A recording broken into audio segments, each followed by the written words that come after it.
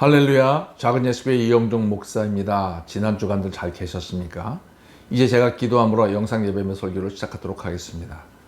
고마우신 아버지 하나님, 이 시간에 저희들을 하나님의 말씀을 듣고자 합니다.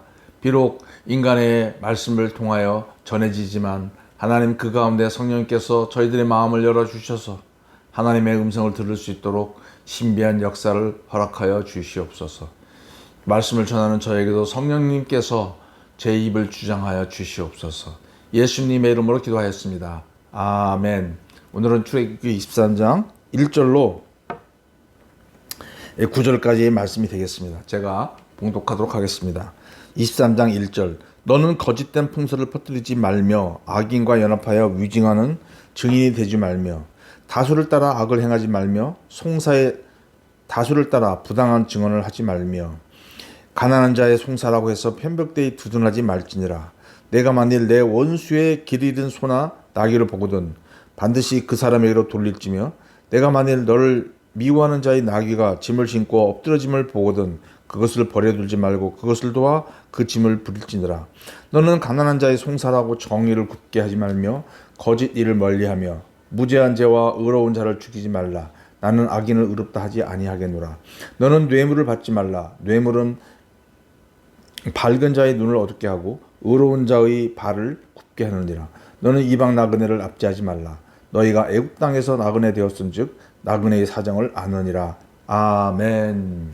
이제 하나님께서 시내산 앞에서 이스라엘 민족에게 가나안 땅에 들어가게 되면 어떤 일들이 생길 것지를 계속 예언적으로 말씀하고 계십니다. 하나님께서는 가나안 땅에 들어가게 되면 비록 너희들이 하나님의 백성이지만 인간의 죄로 인해서 또 각 개인의 능력의 차이에 따라서 사회적인 불평등이 생길 것이다 라고 계속 말씀하고 계시는 겁니다. 그리고 그 사람과 사람 사이에서도 갈등하는 일이 생길 것이고 나아가서는 그 개인과 개인이 그 갈등을 해결하지 못해서 재판하는 재판장 앞에 오는 일이 생길 것이다 라고 예언을 하고 계시는 겁니다. 오늘날 우리도 이 땅에 참 복잡한 현대적인 삶을 살면서 사람들과의 많은 갈등을 겪습니다. 그래서 갈등이 해결이 안 되면 우리는 이제 재판까지 가게 되는 일들을 우리 주위에서 많이 보게 되죠. 자, 이제 내가 사람과 사람 사이에서 갈등이 생기다 보면 이제 그 사람을 미워하고 원수처럼 여기게 되고 또 평생 이제 안 보게 되는 일들이 생기게 되는 거죠. 그래서 인간과의 인간관계가 깨지는 거예요. 자, 하나님께서는 이제 우리들에게 이런 갈등이 생겼을 때 우리들이 하지 말아야 할 일들에 대해서 어떻게 말씀하시는지 한번 1절 말씀을 보겠습니다. 너는 거짓된 풍설을 퍼뜨리지 말며 또 악인과 연합하여 위증하는 증인이 되지 말며. 우리가 어떤 사람을 미워하게 되면 우리 입에서 그 사람에 대해서 그 사람에 대해서 얘기할 때 좋은 이야기가 안 나옵니다. 더 나아가서는 없는 이야기도 만들어서 험담을 하거나 또는 안 좋은 이야기들을 퍼뜨리게 되는 거예요. 그래서 그 사람을 이제 깎아내리기 시작하는 거죠. 그것뿐 아니라 만약에 그 사람이 어떤 이제 재판에 걸려서 그 사람이 아주 막 중요한 재판인 거예요. 그 재판이 잘못되면 그 사람이 이제 아주 꼬꾸라질 수 있는 막 그런 파경에 이를 수 있는 그런 중요한 재판이 있을 수 있을 때 내가 이제 내가 이제 증인으로 채택이 될 수가 있습니다. 그래서 내 말에 따라서 그 사람의 생명이 왔다 갔다 하는 그런 일이 생길 수 있을 거예요. 그런데 그럴 때 그 사람이 내가 미워하거나 원수처럼 여기는 사람이에요. 그러면 내가 그를 위해서 좋은 증언을 하겠습니까? 이때다 하고 복수하는 마음으로 악한 그런 위증, 거짓된 증언을 하게 해서 그 사람을 망가뜨리고자 하는 것이 그런 유혹이 생길 수 있는 거예요. 근데 하나님께서는 그렇게 하지 말아라. 거짓 증언을 하지 말고 위증을 하지 말아라. 말씀하십니다. 자, 이제 또 어떤 일이 생깁니까? 내가 이제 들판을 가다 보니까 어떤 소나 나귀가 길을 잃고 막 헤매고 있는 거예요.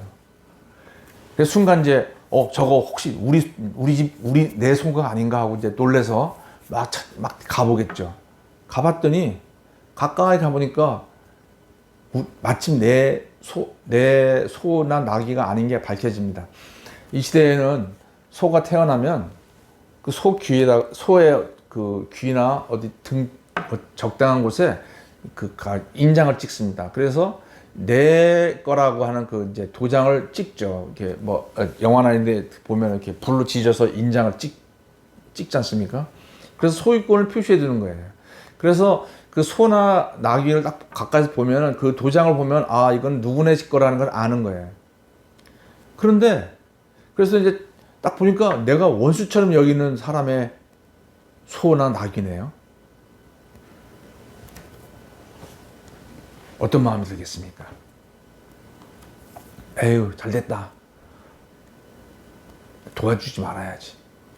사실 그 시대의 소나 나귀는 엄청난 그 당시로 요새로 따진다면은 그 재산 가치가 큰 겁니다. 그 사람이 요새로 따진다면 그 사람이 어떤 뭐 현금으로 막 현금을 잃어버리거나 또는 뭐 보석 같은 걸 잃어버린 거 똑같은 거예요. 그런데 이제 이 사람이 그 복수하는 마음으로 안 찾아주려고 하는 거예요. 한번 손에 한번 당해봐라. 그런 마음이 들 수가 있잖아요. 그래서 그냥 그 소나 나귀를 그냥 만체하고 그냥 지나가 버리는 거죠. 또 두 번째는 어떤 길이냐면은 가는데 내가 미워하는 사람이 있었어요. 근데 그 사람이 나귀에다가 짐을 실는데 이 나귀가 힘을 못 써서 못 일어나는 거예요. 그러니까 나귀는 그냥 그 등에 지고 있는 짐 때문에 철파덕하고 땅바닥에 엎드려져 있고 이 주인은 그 짐을 풀지 못해서 막 언절부절 못하고 있는 겁니다. 그랬을 때 내가 그때 그 사람이 지나가다가 잘됐다. 한번 고통을 당해봐라. 쌤통이다. 라는 그런 마음이 들지 않겠습니까? 그래서 그냥 못 본 채 하고 그냥 지나가려고 하는 마음이 있죠. 그 사람이 도움이 절실한데 정말 누군가 도와주면 해결할 수 있는데 그거를 안 도와주는 거예요. 한번 고통 당해봐라. 그런 것들이 우리 마음 가운데서 일어나는 거예요. 다른 사람에 대해서 험담을 하고 또 다른 사람에 대해서 안 좋은 위증을 하고 그래서 그 사람에 대해서 인신 공격을 하고 깎아내리려고 하고 그 사람의 재산상의 손해가 나는 걸 막을 수 있는 기회가 있어도 내가 그걸 못 본 채 하고 또 실제로 어려움이 당했을 때에도 도와주지 않고 한번 고생해봐라 하고 그냥 그 사람을 방치하는 그러고자 하는 것이 우리 인간의 이 마음인 것인 겁니다. 근데 하나님께서는 그것에 대해서 뭐라고 말씀하십니까? 하나님께서는 그것에 대해서 4절 말씀 보면은 반드시 그 사람에게로 돌려보내라. 또 5절 말씀을 보면 그 사람을 도와서 그 짐을 부릴지니라. 내가 원수같이 여기는 사람의 소나 나귀를 그 원수같이 여기는 사람의 집에 데리고 주라는 거예요. 아니 그 이제 들판에 방황하고 있는 소나 나귀를 잡으려면은 그 뜨거운 떼약볕 밑에서 고생을 해야 되지 않겠습니까? 뭐 소나 나귀가 쉽게 잡히려고 그러겠어요. 그 집에서 도망쳐 나온 소나 나귀인데요. 그 사람이 접근하면은 도망가려고 할 것입니다. 그거 잡는데도 시간이 걸리고요. 힘들고요. 그 다음에 잡아서 그걸 원수같이 여기는 사람의 집으로 데리고 간다? 아니 그 사람하고는 내가 얼굴도 보기 싫은데 그 사람이 집으로 데리고 간다? 아이고 이거 가다가 적당하게 중간쯤에서 네가 알아서 가라라고 이렇게 낙이나 소의 등을 탁 칠 수 있는 것도 아니고요. 그럼 또 도망가잖아요. 그래서 그 사람 집 앞에 가져가서 그 원수처럼 여기는 사람의 얼굴을 봐야 되는 거예요. 그것도 싫은 거죠. 그 다음에 내가 미워하는 사람이 지금 막 어쩔 줄 몰라서 막 헤매고 있는데 그 사람은 가서 도와주라?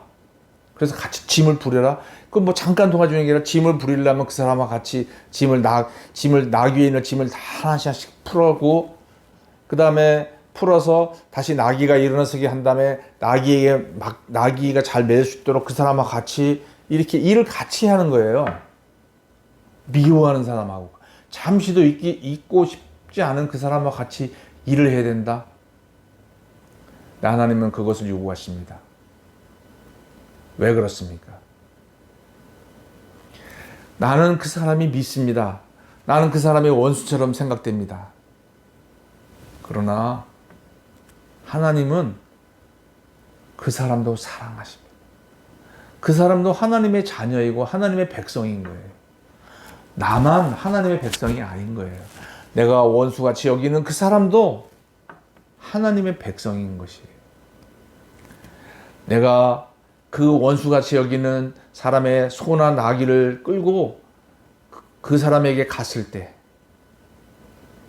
내 마음에 어떤 변화가 일어날까요?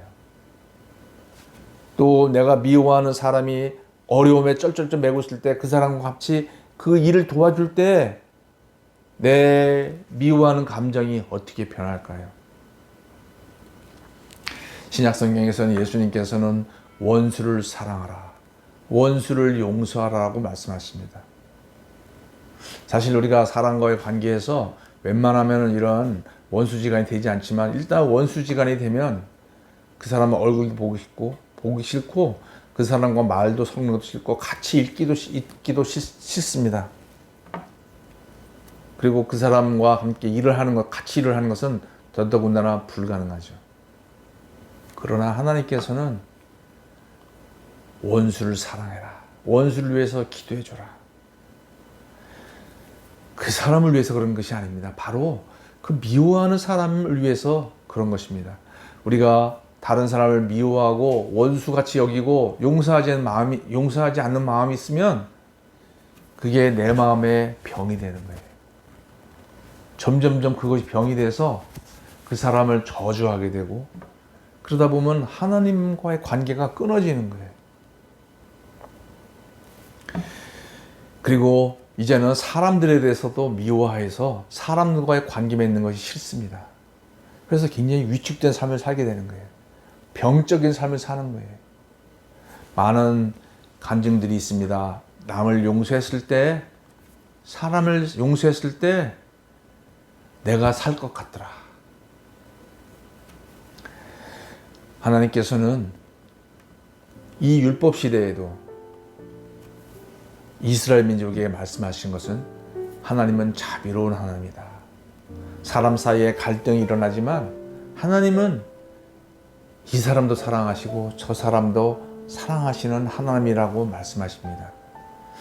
오늘날 우리가 이 땅에 복잡한 현대의 삶을 살 때 우리는 어쩔 수 없이 그 미워하는 그런 사람이 생기게 됩니다. 여러 가지 어떤 경제적인 이유 때문이나 이해관계가 얽혀서 서로 이해관계 때문에 상대방을 시기하고 미워하는 일들이 생기게 됩니다. 또는 정치적인 관점에 따라서 어떤 정치인을 내가 미워하기도 하고 원수처럼 여기기도 합니다. 그러나 하나님은 뭐라고 말씀하십니까? 하나님은 네가 생각하는 그 죄인도 나는 사랑한다. 왜냐하면 그에게도 하나님의 형상이 있기 때문입니다. 이 유튜브를 보시는 성도님 중에 혹시 어떤 사람에 대해서 미워하거나 악감정을 가지시는 그런 분이 계십니까? 그렇다면 그 사람을 먼저 사랑하게 해달라고, 그 사람을 용서하게 해달라고 하나님 앞에 기도하여 보시길 바랍니다. 기도하겠습니다. 고마우신 아버지 하나님, 저희들 오늘 말씀을 통해서 가르쳐 주신 것을 감사합니다. 주님, 저희들 하나님의 마음을 품으며 살아가는 저희들이 되게 하여 주시옵소서. 예수님의 이름으로 기도하였습니다. 아멘.